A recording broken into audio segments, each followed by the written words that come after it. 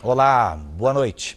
O jornalismo da Record TV abre espaço agora para as eleições 2018. A partir de hoje e pelas próximas 2 semanas, sempre nesse horário, pode anotar aí, 7 da noite. Nós vamos receber os principais candidatos à presidência para uma série de entrevistas. E como sempre aconteceu em todas as eleições, o nosso compromisso é com a informação de qualidade. Nós queremos ajudar você, eleitor, na escolha que vai determinar com certeza como é que serão os próximos 4 anos no Brasil. Jornal da Record em Brasília, Cristina Lemos, que atua na cobertura política há mais de 30 anos. E nós começamos recebendo hoje o candidato do PSL, Jair Bolsonaro. Candidato, as entrevistas têm sempre duração de 15 minutos e depois nós temos mais 1 minuto para suas considerações finais. Seja muito bem-vindo, boa noite para o senhor. Muito obrigado pela oportunidade, espero poder atender não só vocês, bem como quem está do outro lado da tela. Eu começo falando sobre a situação dramática que vive o Brasil em relação à crise econômica e de condições. São 13 milhões de desempregados neste momento, boa parte deles, ou uma parte deles, em situação de vulnerabilidade que os leva para a rua. Só na cidade de São Paulo são quase 30 mil moradores de rua. Se o senhor for para o Rio de Janeiro, esse número praticamente dobra. Qual é a sua proposta concreta? Então, essa questão de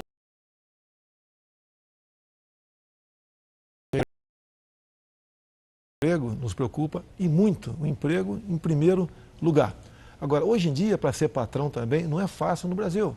Você tem que desburocratizar muita coisa, desregulamentar, desonerar a folha de pagamento, investir pesado na educação, porque o objetivo final da educação é formar bons profissionais na ponta da linha. Então, basicamente, é isso que nós precisamos no Brasil. Como? É desburocratizando, é desregulamentando, fazendo com que a classe produtiva empregue gente com segurança. Temos uma segurança jurídica também. Enfrenta o mesmo problema, o produtor rural não tem segurança jurídica. Aqui também, na cidade, então você precisa disso. No Rio de Janeiro, há 2 anos,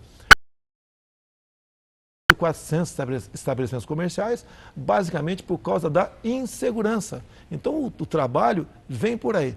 E outra coisa, né? O Brasil tem uma dívida enorme, monstruosa, e muitas vezes a gente fica preocupado como é que nós vamos sair dela, porque isso atrapalha também em investimento em nosso Brasil. Então, temos pessoas profissionais capacitadas que vão conduzir essa política que na ponta da linha surja o emprego. E com o emprego, você resolve uma série de problemas por tabela. Lembrando, deputado, que a pergunta foi sobre moradores de rua. Miséria extrema. 30 mil moradores de rua em São Paulo, Rio de Janeiro, mais que o dobro disso. O senhor chegando na presidência da República, o senhor tem um plano para resolver a curto prazo, a médio prazo, essa situação da miserabilidade? Olha, o governo não tem uma varinha mágica para resolver essa quantidade enorme de problemas. Quando você fala em moradores de rua, tem uma parte considerável que está no mundo das drogas. Você não vai resolver isso de uma hora para outra. Eu vejo, por exemplo, o trabalho maravilhoso que as igrejas fazem pelo Brasil, né?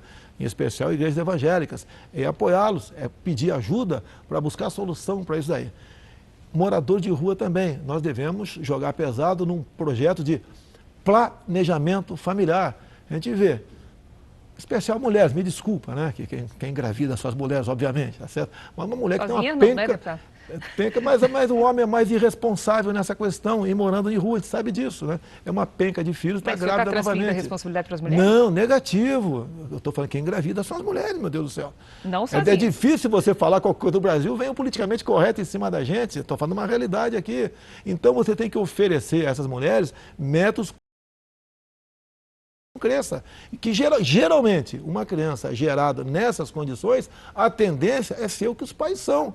Então é jogar pesado nessa questão. Casas de abrigos. Agora, você tem problema na legislação também. Muitas vezes você não consegue recolher para essas casas de abrigo porque a justiça lhes dá o direito de ir e vir e rapidamente, menos de 24 horas, estão na rua novamente. A ideia, candidato, talvez aqui também seja aprofundar um pouco as suas propostas, porque o diagnóstico parece um tanto quanto raso. A burocracia é um problema, desregulamentação de alguns setores. A questão é como fazer. Mas deixa eu avançar, o senhor já citou a questão da desigualdade social. O senhor está no 7º mandato como parlamentar, deputado federal pelo Rio de Janeiro, um lugar que vive uma crise gigantesca de segurança pública, tanto que está com intervenção federal. O seu eleitor médio pode vir a dizer que não sabe o que o senhor fez de fato para combater essa crise na segurança pública ao longo dos últimos 28 anos. Como é que o senhor pode querer resolver o problema da segurança no país inteiro, se o senhor não tem um exemplo concreto no Rio? A questão de segurança dentro do Estado compete ao respectivo governador. Eu nunca fiz parte de equipe de governador nenhum no Rio de Janeiro, até que se tivesse participado de alguns, com toda certeza estaria preso. As emendas parlamentares minhas, muitas delas são voltadas para as Forças Armadas, que é a minha origem. Na verdade, são 7 milhões por ano que eu tenho liberdade para botar aqui, lá, colar. Agora, tenho dezenas de projetos de lei que visam combater a questão da insegurança. Por exemplo, copiando os Estados Unidos, a lei dos 3 crimes. Lá são 25 anos após o elemento cometer o 3º crime, que sejam 3 furtos. A minha proposta aqui é passar para 10 anos, é jogar pesado no tocante à progressão de pena. Com saidões. Eu não tenho pena desse tipo de gente. Eu acho que tem que ter um tratamento até digno dentro do presídio, buscar recuperação, porque a gente sabe quem é indigno atualmente. Nós sabemos quem é indigno, tá? Buscar recuperação, mas isso não é fácil. A própria um apenado, né? Para ele é proibido o trabalho forçado. Você não pode forçar o elemento a trabalhar. Tá? Então tem muita coisa que você tem que tratar dessa área. Tenho projeto sim, só que eu sempre fui o patinho feio dentro da Câmara. Nunca tive a simpatia, em especial do último governo PT, 13 anos, para aprovar qualquer projeto de minha iniciativa. Deputado, o senhor me permite só colocar o senhor diante de algumas declarações que o senhor fez, só para refrescar a sua memória e a do nosso telespectador. Algumas um tanto quanto polêmicas. Por exemplo, fui num quilombo e o afrodescendente mais leve arrobas. Nem para procriar ele serve mais. Outra. Não vou combater nem discriminar, mas se eu vir 2 homens se beijando na rua, vou bater. Posso responder uma a uma? Vamos lá. Primeiro, essa segunda você não acha em lugar nenhum. Mentira. Não procede. Primeiro, eu conheci o cara, brinquei com ele, inclusive. Era uma brincadeira. Se você vê nas imagens, lá no clube que eu dei essa palestra no Rio de Janeiro, eu estava sorrindo. Agora, o que os quilombolas querem? Eles querem uma nova lei áurea. Eles não querem continuar sendo tutelados pelo Estado. Eles querem explorar a sua terra da melhor maneira possível. Alguns querem ainda, se for o caso, vender essa propriedade. Somos em torno de, se não me engano, 600 quilombolas no Brasil e crescendo esse número assustadoramente. Não podemos criar uma nova reserva para os afrodescendentes. Tem direito? Tem, vamos cumprir a lei. Mas eles têm que ter liberdade de fazer o que bem entende na sua terra. A próxima frase. Tive 4 filhos homens. Na 5ª, eu dei uma fraquejada e veio mulher. Uma brincadeira, como os homens fazem. Você está brincando bastante, né? Não, mas você tem... Eu sou uma pessoa bastante... Mais uma frase, então, pera um pouquinho. Eu sou uma pessoa bastante extrovertida. Se foi um comentário infeliz, me desculpe as mulheres, do fundo do coração. É a filha... essa filha é algo diferente na minha vida. O senhor pediria desculpa para a deputada Maria do Rosário? Ela teria que primeiro pedir desculpa, né, aos familiares que tiveram a sua filha estuprada e assassinada por aquele bandido chamado Champinha. Ela estava defendendo o estuprador, Champinha, dizendo que qualquer crime dessa natureza, praticado por menor de 16, 17 anos, a pena tem que ser à luz do ECA e não à luz do Código Penal nosso, que eu tento mudar há muito tempo, que se configura na redução da maioridade penal. O que aconteceu?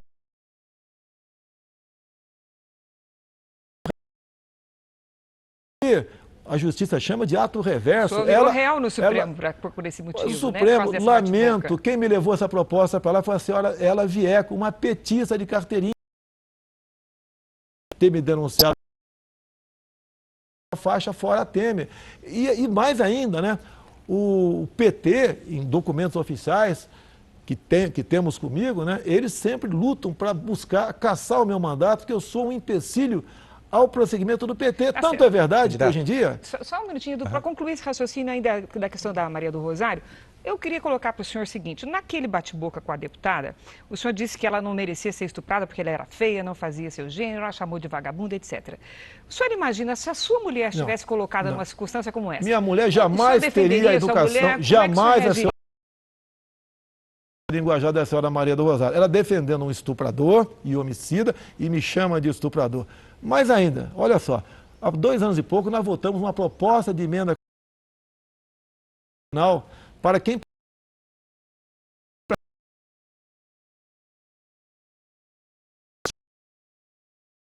que crime como o estupro. A senhora Maria do Rosário votou contra. O recado que ela dá, a senhora Maria do Rosário dá para todas as mulheres do Brasil é o seguinte: menores de idade, pode continuar estuprando e matando, que você vai ser punido à luz do ECA. E nós sabemos que a cada 6 meses, um elemento que está lá recolhido numa casa, essas casas chamadas FEBEM ou Fundação Casa, ele é submetido a uma nova avaliação e mais de 90% vão para a rua após 6 meses. O que eu quero é que o menor estuprador, bandido, vá para a cadeia. Então, se eu exagerei ali, pode até haver exagero. Foi um ato reverso, mas eu estava defendendo, sim, as mulheres desse crime.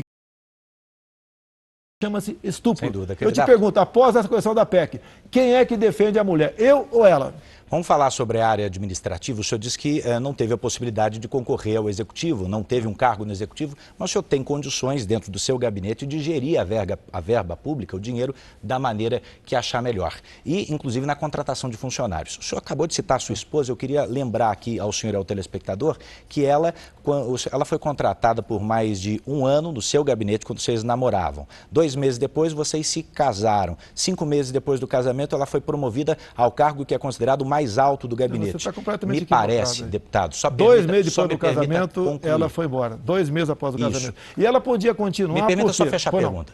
Parece ao eleitor médio um caso clássico de nepotismo. O senhor já disse que foi decisão do líder do partido, o que poderia ser enquadrado como nepotismo cruzado. Eu lhe pergunto se a contratação da sua esposa, nesse caso, ela foi por competência ou por amor. Ela trabalhava trabalhou para 2 outros deputados.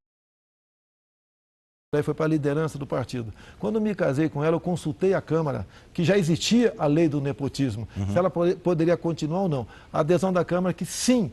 Por quê? Porque quando eu casei com ela, já estava empregada. E 2 meses depois, então, nós resolvemos como um acordo que ela fosse demitida. Então, não existe nepotismo nessa situação. A propósito de Agora, logicamente, com o amor se faz presente. Eu não vou te dizer que não.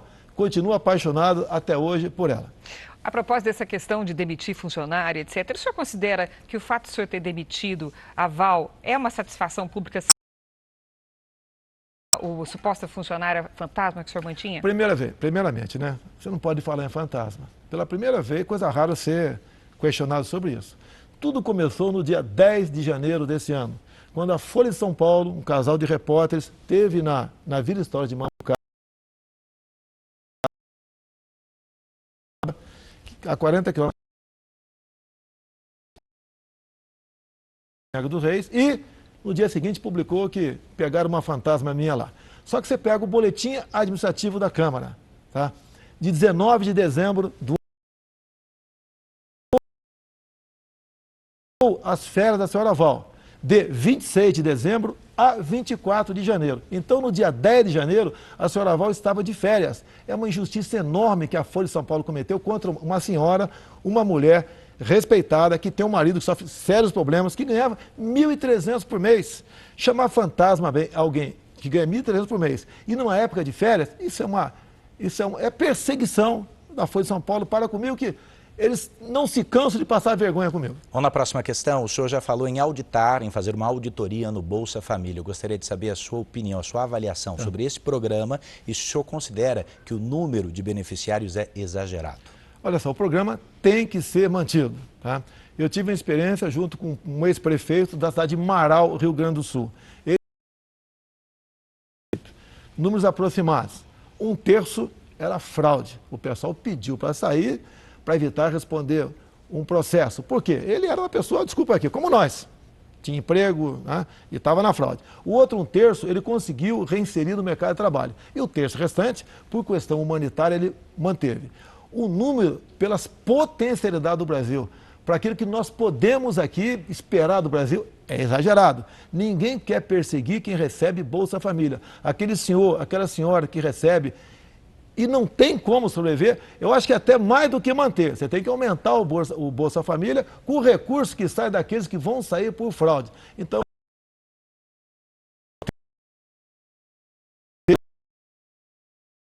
e por questão humanitária, obviamente, olhar com muito carinho. Deputado, uma das principais preocupações da população é com a situação da saúde pública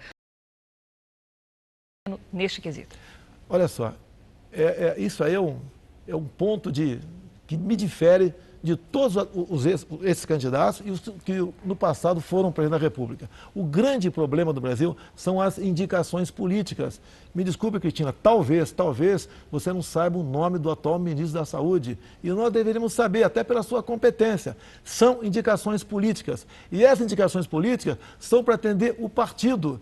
E com essa indicação política, repito, leva então aquela pasta à ineficiência e à corrupção. Então, um bom ministro da Saúde é o que vai tratar desse assunto com o devido zelo. E não o ministro da doença, o ministro que invista na saúde básica e na prevenção. Essa é o macro da nossa proposta para tratar desse assunto. Nós estamos próximos de terminar, candidato, e existe uma questão que paira no ar e no meio político sobre um suposto indulto do presidente Lula, que envolveria outros partidos. O senhor conhece esse plano? O que existe de concreto? O que o senhor sabe sobre essa história? Conheço, um minuto para o senhor conheço, isso é como se chama no quartel, o boletim das baias, né? Nós sabemos, né? Então, o que os grandes partidos querem, o Centrão e a esquerda para o lado de lá, é um indulto para o Lula e o pessoal da Lava Jato, que seria o compromisso do presidente eleito, não meu, do eleito. Por outro lado, eles jogam também, porque é indicação política, os ministros para o Supremo Tribunal Federal, é uma reinterpretação da perda da liberdade após a condenação em segunda instância. Então, o que está em jogo no momento é o indulto, o fim da Lava Jato, que vem sendo costurado nos meandros da Câmara e dos partidos, para quem, porventura, chegar lá, levar avante essa proposta para botar em liberdade... Beneficiaria quem mais? Beneficia o Lula e todos envolvidos na Lava Jato. Ok? Todos condenados na Lava Jato. O senhor inclui quem? Pessoas do PSDB, do MDB? De todos os partidos que tiveram pessoas citadas até agora. PRB, PR, PP, que eu já fui do PP também, PMDB, PT. Sobre isso? Você não pode, isso aí você acaba com o poder judiciário do Brasil. Seremos um país sem lei. Com que moral você vai prender um ladrão um cara que roubou um carro aí fora, deixando em liberdade quem desviou bilhões do nosso Brasil? Candidato, o fim da sua resposta coincide com o fim do seu tempo e a gente tem agora 1 minuto para suas considerações finais. Bem, o que eu acho que o Brasil precisa, né? De um presidente, seja quem for, honesto, que tenha Deus no coração, que seja patriota, que jogue pesado na questão da insegurança do Brasil, tá?